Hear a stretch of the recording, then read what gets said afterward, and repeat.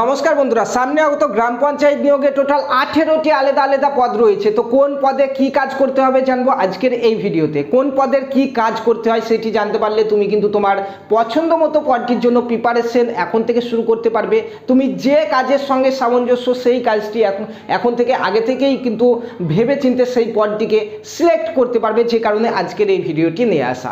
নতুন একটি ভিডিওতে তোমাদের সকলকে স্বাগত জানাচ্ছি। আজকে আমরা জানবো পঞ্চায়েত নিয়োগে পঞ্চায়েত কর্মীর কি কাজ, গ্রাম পঞ্চায়েত সহায়কের কি কাজ, গ্রাম পঞ্চায়েত সেক্রেটারি, এইভাবে টোটাল 18টি আলাদা আলাদা যে পদ রয়েছে প্রত্যেকটি পদের ব্যাপারেই কিন্তু জানবো। ঠিক আছে, ভিডিওটি প্রথম থেকে শেষ পর্যন্ত অবশ্যই কিন্তু দেখবে তোমরা। আমাদের রিকোয়েস্ট, পাশাপাশি যারা চ্যানেলে প্রথমবার এসছো চ্যানেলটিকে ফলো করে নাও। এই নিয়োগের জন্য একদম ফ্রিতে তোমাদেরকে আমরা ক্লাস করাবো আমাদের ইউটিউব চ্যানেল থেকে এবং ফেসবুক পেজ থেকে।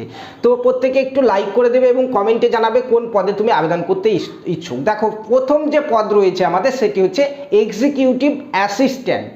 Executive assistant of gram panchayat, গ্রাম পঞ্চায়েতের পদ এটি। এবং এখানে কি কাজ করতে হয়, মূল কাজ কি রয়েছে দেখো।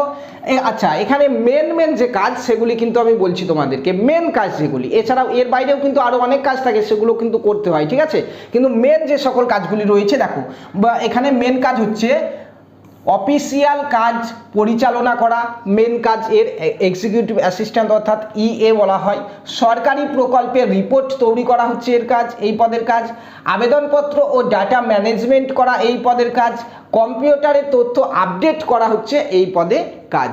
এবং প্রয়োজনীয় দক্ষতা এখানে চাই তোমার কম্পিউটার নলেজ কিন্তু থাকতেই হবে এই পদের জন্য, সঙ্গে মাইক্রোসফট ওয়ার্ড এবং এক্সেলেও কিন্তু নলেজ তোমার থাকতে হবে এই পদের জন্য। বুঝতে পারলে? চলো নেক্সট আর যে পদ আছে সেটা দেখি। নেক্সট আমাদের আছে গ্রাম পঞ্চায়েত কর্মী, আমাদের প্রত্যেকের প্রিয় এবং সব থেকে বেশি ফর্ম ফিল আপ হবে যেটাতে, গ্রাম পঞ্চায়েত কর্মী। এখানে কি কাজ রয়েছে? গ্রাম পঞ্চায়েত কর্মীতে হচ্ছে সরকারি প্রকল্পের কাজ দেখা হচ্ছে এদের কাজ। এছাড়াও কিন্তু এর বাইরেও কিন্তু আরও বিভিন্ন কাজ আছে কিন্তু।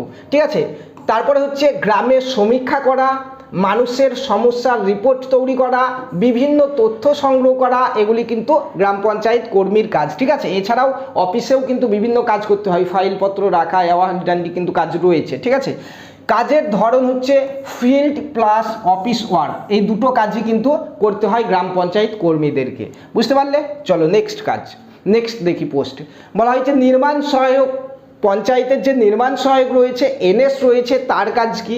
নির্মাণ সহায়কের কাজ হচ্ছে রাস্তা ও বিল্ডিংয়ের কাজ তদারকি।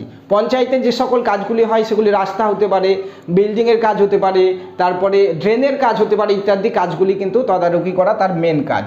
কাজের মাপ নেওয়া, এস্টিমেট তৈরি করা, সরকারি নির্মাণ কাজ পর্যবেক্ষণ করা।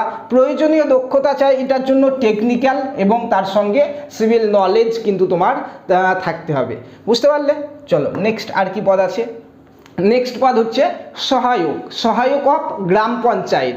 এদের মেন কাজ হচ্ছে ফাইল ও নথি সংরক্ষণ করা, সঙ্গে আবেদনপত্র গ্রহণ করা, সঙ্গে অফিসের সাধারণ কাজ ইত্যাদি কাজগুলি কিন্তু গ্রাম পঞ্চায়েত সহায়কের কাজ। বুঝতে পারলে? এছাড়াও কিন্তু বিভিন্ন ডকুমেন্টসে সই করা, বিভিন্ন ফর্ম দেওয়া ইত্যাদি বিভিন্ন কাজ কিন্তু রয়েছে। মেন কাজ যেটি সেগুলি তোমাদেরকে বলছি। নেক্সট কাজ হচ্ছে secretary, secretary of gram panchayat. এদের মেন কাজ হচ্ছে দেখো, পঞ্চায়েত অফিস পরিচালনা করা হচ্ছে মেন কাজ, সঙ্গে মিটিং ও নোটিশ পরিচালনা করা হচ্ছে এর কাজ, তার সঙ্গে সরকারি সিদ্ধান্ত কার্যকর করা হচ্ছে সেক্রেটারির কাজ। গুরুত্বপূর্ণ নথি সংরক্ষণ করা হচ্ছে সেক্রেটারির কাজ। এটা কিন্তু গুরুত্বপূর্ণ প্রশাসনিক পদ, গ্রাম পঞ্চায়েত সেক্রেটারি পদটা কিন্তু একটা অত্যন্ত গুরুত্বপূর্ণ পদ। বুঝতে পারলে? নেক্সট আমাদের রয়েছে accountant clerk, accountant clerk of Panchayat Samiti, Panchayat সমিতির পদ এটি। এদের মেন কাজ হচ্ছে হিসাবপত্র সংরক্ষণ করা, তারপরে হচ্ছে বিল ও ভাউচার তৈরি করা, ক্যাশবুক পরিচালনা করা, আর্থিক রেকর্ড রাখা ইত্যাদি কিন্তু অ্যাকাউন্টেন্ট ক্লার্কের কাজ। ঠিক আছে, প্রয়োজনীয় দক্ষতা চাই, অ্যাকাউন্টেন্ট নলেজ কিন্তু চাই। ঠিক আছে, অ্যাকাউন্ট নলেজ চাই এখানে এই পদের জন্য। নেক্সট আমাদের 7 নম্বরে আরও একটা পদ রয়েছে, সেটা হচ্ছে ব্লক ইনফরমেটিভ অফিসার। দেখো, BIO। ঠিক আছে। এই পদের কাজ হচ্ছে অনলাইন ও ডিজিটাল কাজ দেখা, সরকারি পোর্টাল আপডেট করা, তার সঙ্গে ডাটা ম্যানেজমেন্ট করা, কম্পিউটার সমস্যার সমাধান করা ইত্যাদি কাজ কিন্তু রয়েছে বিআইও এর। প্রয়োজনীয় দক্ষতা দেখো আইটি এবং কম্পিউটার নলেজ কিন্তু থাকতে হবে এই পদের জন্য, ঠিক আছে। নেক্সট 8 নম্বরে যে পদটি রয়েছে সেটি হচ্ছে clerk cum typist. Clerk cum typist, এখানে টাইপিংয়ের কাজ, মূল কাজ হচ্ছে টাইপিংয়ের কাজ। এর সঙ্গে রয়েছে অফিসিয়াল চিঠি তৈরি করা এবং ফাইল পরিচালনা করা, ঠিক আছে। প্রয়োজনীয় দক্ষতা চাই এখানে বেঙ্গলি এবং ইংলিশ দুটো ভাষাতেই টাইপিংয়ের দক্ষতা কিন্তু তোমার থাকতে হবে, যাদের রয়েছে তারা এই পদটিতে আবেদন করবে। নেক্সট 9 নম্বরে একটা পদ রয়েছে, সেটা হচ্ছে ডাটা এন্ট্রি অপারেটর অর্থাৎ ডিইও। এই পদের মেন যে কাজ সেটা হচ্ছে ডাটা এন্ট্রি করা, ডাটা এন্ট্রি কাজ, ডাটা এন্ট্রি করা ডিইও এর কাজ। সঙ্গে হচ্ছে অনলাইন ফর্ম আপডেট করা এবং রিপোর্ট সংরক্ষণ করা হচ্ছে এই পদের মেন কাজ, ঠিক আছে। দেখো এখানে প্রয়োজনীয় দক্ষতা চাই তোমার fast typing and computer knowledge কিন্তু তোমার দক্ষতা থাকতে হবে, তাহলে তুমি এই পদটির জন্য এগোতে পারো। নেক্সট 10 নম্বরে পদ রয়েছে পিওন গ্রুপ ডি। দেখো পিওন এবং গ্রুপ ডির যে কাজ সেটা হচ্ছে অফিসের সাধারণ কাজ করে এরা, সাধারণ কাজগুলি করে থাকে, ফাইল পৌঁছে দেওয়া করে থাকে এবং সহায়ক কাজ করে থাকে, বিভিন্ন কাজে সাহায্য করা আর কি এদের কাজ। নেক্সট 11 নম্বর পদ রয়েছে অ্যাডিশনাল অ্যাকাউন্টেন্ট অফ জেলা পরিষদ। জেলা পরিষদের কাজ ওটা। তো দেখো এটা তো আচ্ছা, এটা এদের কাজ হচ্ছে সরকারি হিসাব দেখা, বাজেট তৈরি করা এবং আর্থিক রিপোর্ট প্রস্তুত করা মেন কাজ এগুলো। এর বাইরেও কিন্তু আরও বিভিন্ন ধরনের কাজ কিন্তু রয়েছে। নেক্সট 12 নম্বর পোস্ট হচ্ছে অ্যাসিস্ট্যান্ট ক্যাশিয়ার। অ্যাসিস্ট্যান্ট ক্যাশিয়ারের মূল কাজ হচ্ছে টাকা গ্রহণ করা এবং প্রদান করা, টাকা নেওয়া এবং দেওয়া হচ্ছে মেন কাজ।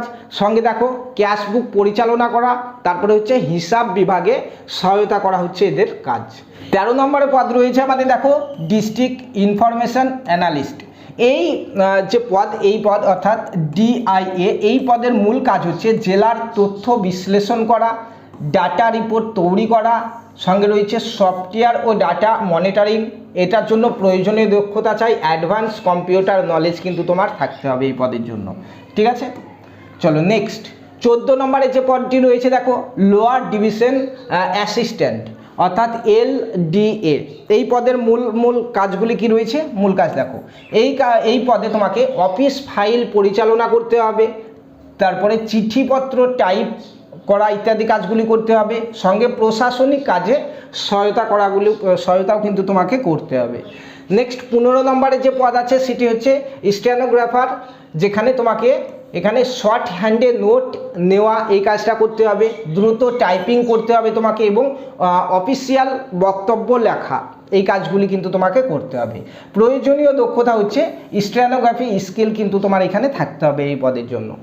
নেক্সট 16 নম্বরে রয়েছে ওয়ার্ক অ্যাসিস্ট্যান্ট অফ জেলা পরিষদ। জেলা পরিষদের পদ এটি, পোস্ট এটি।